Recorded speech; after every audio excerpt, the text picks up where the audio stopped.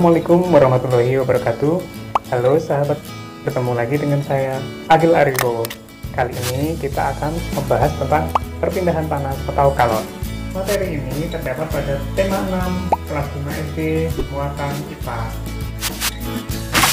Setelah menyaksikan video ini nanti, kamu akan mempelajari tentang bagaimana proses terjadinya perpindahan kalor, kemudian apa saja jenis-jenis perpindahan panas atau kalor beserta contoh-contohnya dalam kehidupan sehari-hari.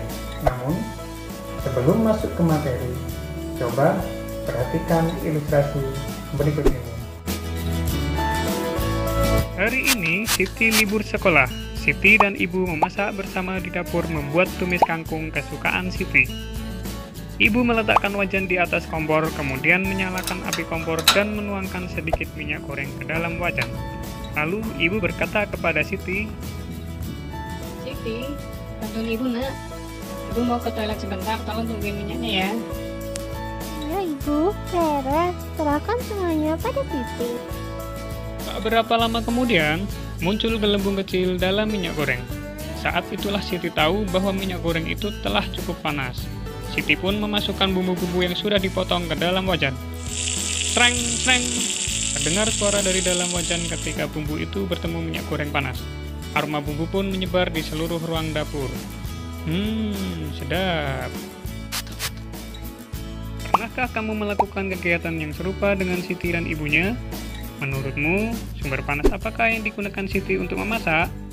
Lalu, mengapa minyak di dalam wajan itu bisa mengeluarkan gelembung kecil kemudian menjadi panas? Apa yang sebenarnya terjadi? Dapatkah kamu menemukan peristiwa yang serupa dengan yang dialami oleh Siti? Tahukah kamu bahwa panas atau kalor dapat mengalami perpindahan? Panas atau kalor tersebut dapat berpindah dari benda bersuhu tinggi menuju benda bersuhu lebih rendah. Benda bersuhu tinggi artinya benda tersebut memiliki sifat yang cenderung panas, sementara benda bersuhu rendah memiliki sifat yang cenderung lebih dingin. Nah, untuk proses perpindahan panas tersebut bisa terjadi melalui 3 cara. Yang pertama, radiasi, kemudian yang kedua, konduksi, dan yang ketiga adalah konveksi. Apa itu radiasi, konduksi, dan konveksi? Untuk lebih jelasnya, mari kita dengarkan pemaparan selanjutnya. Perpindahan panas yang pertama yaitu radiasi. Apa itu radiasi?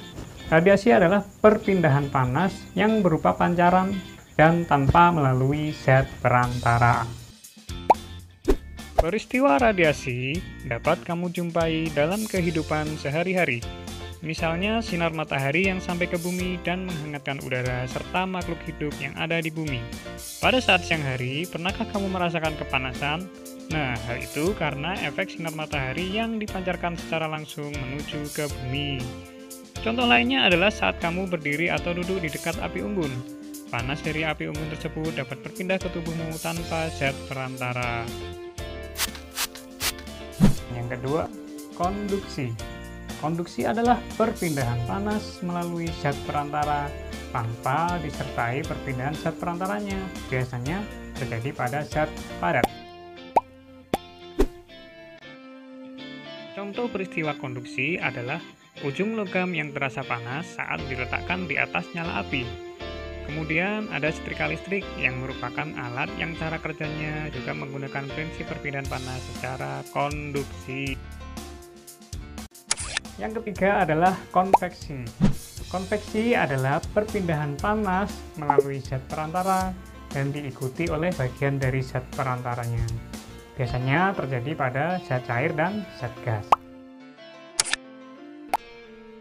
Saat kamu merebus air, terjadi perpindahan panas secara konveksi. Air yang dekat dengan api akan mendapatkan panas sehingga molekul-molekul air menjadi lebih ringan. Molekul-molekul air tersebut akan bergerak ke atas dan digantikan oleh air yang ada di atasnya secara terus-menerus. Sebagai akibatnya, muncullah gelembung udara dan uap air. Contoh peristiwa konveksi lainnya adalah penggunaan cerobong asap, di mana asap yang merupakan zat perantara panas juga mengalami perpindahan tempat. Tahukah kamu bahwa perpindahan panas secara konveksi dapat menyebabkan terjadinya angin darat dan angin laut? Bagaimanakah proses terjadinya angin darat dan angin laut? Penasaran? Nantikan ulasannya pada video-video selanjutnya. Apakah kamu sudah menemukan jawaban dari permasalahan pada cerita Siti tadi? Jika sudah, diskusikan jawabanmu dengan Bapak Ibu gurumu atau dengan teman-teman sekelasmu. Terima kasih sudah menyaksikan video ini. Sampai jumpa di video-video selanjutnya. Assalamualaikum warahmatullahi wabarakatuh.